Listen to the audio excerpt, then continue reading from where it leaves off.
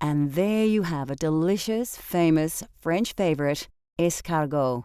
Bon appétit! Coming up on Cultural Flavours, a slow-cooked provincial favorite, and we learn to cook a classic yet simple French dessert.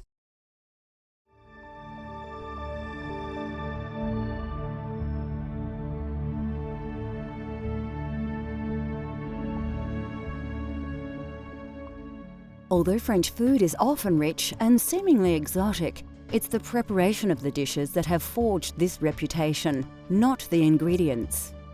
The variation of vegetables in the cuisine of France is generally fairly limited, and are vegetables available to most people looking to recreate famous French dishes at home. Of course, carrots are the mainstay of the French dining experience. Both adult and baby carrots are used, and the French are famous for their glazed carrots. Although originating in Peru, the potato has become popular in France, but not until the early 1800s. It is thought to have been introduced to the region by Spanish sailors and soon replaced the turnip as the main root vegetable due to its easy cultivation. The turnip still has its place in the local cuisine though, as it is much more flavoursome. Leeks are popular in France and prized for their onion and cucumber-like taste. The white base is more often valued, but the green leaves are often used to wrap the bouquet garni. The familiar purple aubergine, or eggplant, features in the food of the region, as does zucchini. Mushrooms also play a vital role in French cuisine. Fitting into the seasonal nature of the cooking across France, mushrooms that usually start to appear after winter are a popular ingredient in hearty meals throughout the spring. Like Italy, truffles are highly prized and are one of the few places that have a thriving truffle industry. Originally a peasant dish, beef bourguignon or French burgundy has become a popular mainstay of French cuisine. A simple dish that is easy to cook, beef burgundy needs little preparation, but it does require a few hours to cook and is best served the day after. Beef bourguignon for me is again a very old classical dish that everyone knows all around the world, and it does come from the Burgundy region, using good quality red wine and making sure that you've got the right quantity of beef and vegetables mixed in, and let it cook nice and slowly, so it takes its time to take in all the different flavors from the different ingredients used. And yes, of course, the old truth is that it tastes better the next day. I think it gives all the ingredients time to come together in harmony and complement each other. The following day, it's like it's marinating in the fridge overnight, and then you cook it up and warm it up the next day, and it has this beautiful flavour again.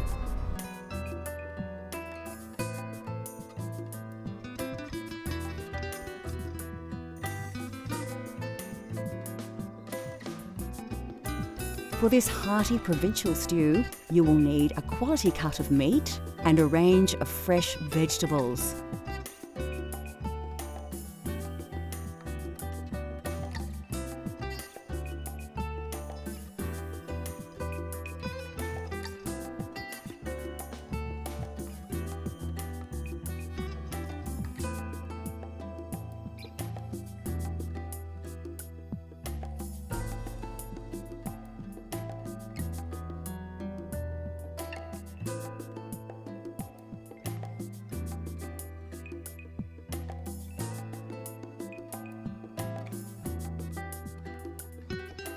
Also flavouring this dish is bouquet garni. You can make this yourself using leek leaves and fresh herbs tied in a bunch with string. First, peel your carrots. You can do this the traditional way or with a peeler. Chop them up and put them aside for later. Take your small onions, top and tail them, and peel them. If you can't get small pearl onions or pickling onions, you may need to slice them in half. But don't chop them. Chop the large onion as normal for frying. To prepare your mushrooms, like the onions, you may need to chop them. If you have access to tiny button mushrooms, use them whole. Peel and chop your garlic very fine if possible, and finely chop your parsley. You will need to slice your meat into cubes. Trim the cut if need be, but don't be too fussy. Keep the size uniform so they cook and absorb flavours evenly. Now it's time to fire up your stove. Place a pan on the heat and add some oil and butter. Ensure the pan is well coated. Place the meat cubes in the pan and brown them off. Keep turning them. You don't want to overcook the meat in the pan, just give it some nice colour and flavour. Season with salt and pepper, but not too much. You can always season more later. Add the carrots and some chopped onion and stir through the oils, coating the whole dish with the simmering sauce. Then place it in your pot on a low heat. Sieve some flour over the mixture and coat well. This adds texture to the dish and keeps the meat together. Add your garlic, bouquet garni and tomato paste. Then pour in a whole bottle of Burgundy. Bring up the heat a little until it just starts to bubble. Place in the veal stock. Then put it aside on a low heat to simmer for about an hour and a half. Fry up your baby onions and mushrooms in oil and butter, just enough to coat them well. Don't overcook them, put them aside to add much later. After about an hour and a half, it's time to add the other ingredients and mix well into the broth. Leave on a low heat for another half an hour. Taste and season if necessary. Then it should be ready to plate up. Serve the beef bourguignon in a large bowl with a slice of crusty French bread. You can eat it right away, and it is delicious. But many say beef bourguignon is best prepared the day before, so it's great for dinner parties. Next on Cultural Flavours, we explore the sweet world of French desserts and give you a step-by-step guide to a baked caramel classic.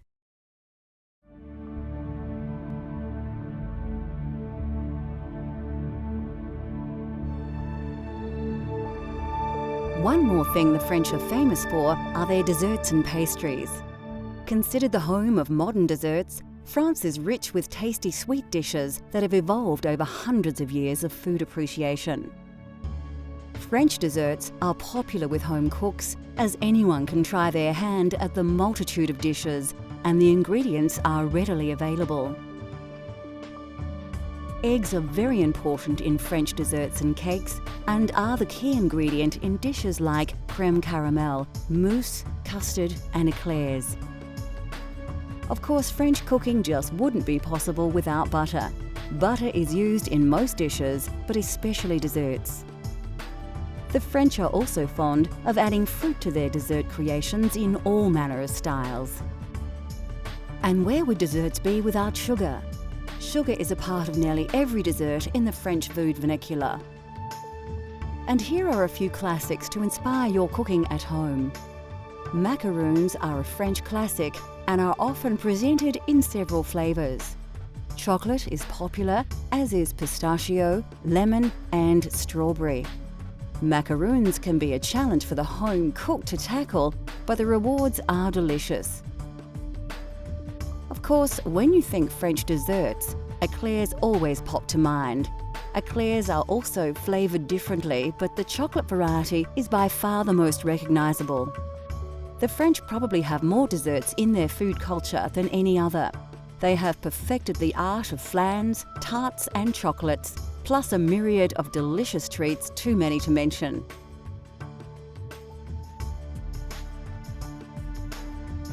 Another aspect of French desserts is, of course, the visual creativity.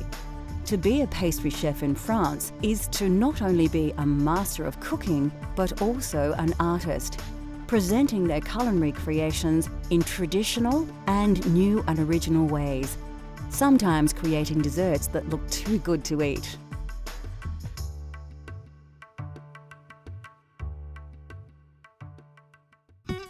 The French have made a true art out of desserts, yet they need not be complicated. The trick with this dish is timing. Let things cook too long and it will be back to the mixing bowl for another try. Well, the reason why I chose creme caramel is because it's an old classic and everyone knows it. I think that the art to making a good creme caramel is all in the cooking of the caramel, making sure that you don't let it go too dark and bitter. So it's something that's used quite often in France. It's a very simple dish to cook at home or a nice classical bistro that you can find in Paris. You'll find it on virtually every menu that you can find in France.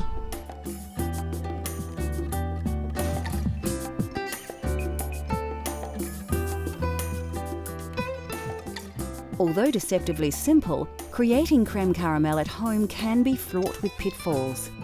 We'll show you how to create this dessert step by step.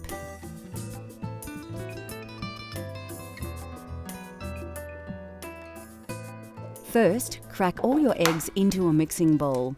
For this recipe, it's not necessary to separate the whites and yolks, so we're off to a flying start. The next step is to add your sugar.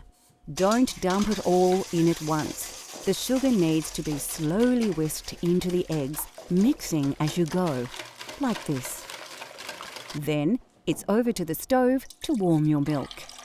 You will need to bring it to the boil, but rather than stand and watch it, you can prepare your vanilla bean. Carefully slice the bean lengthways, but don't cut it right to the end. This makes it easier to get the bean out of the mixture later. Place the vanilla bean in the milk and wait for it to boil. As the milk rises, take it off the heat and put it aside for the vanilla to infuse. Now it's time to make the caramel. All you need for caramel is sugar, water, and perfect timing. You will also need a dish or sink filled with water to cool the saucepan. Then it becomes a waiting game.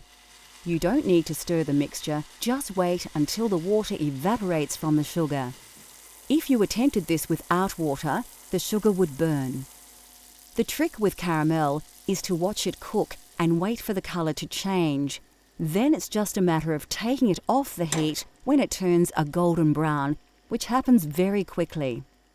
When it does, place your pan in the water to cool for about half a minute to stop it from overcooking. Then quickly pour the caramel into the base of each bowl before it begins to set. Go back to the eggs and sugar and whisk in the vanilla milk you made earlier.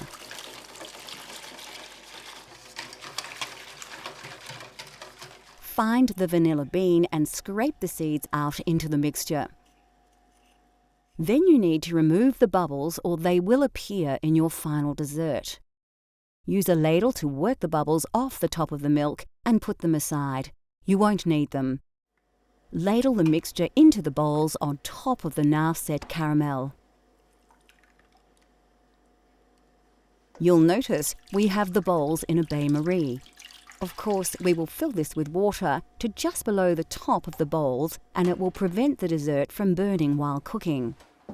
Place the bain-marie in the oven at 180 degrees for about 40 minutes.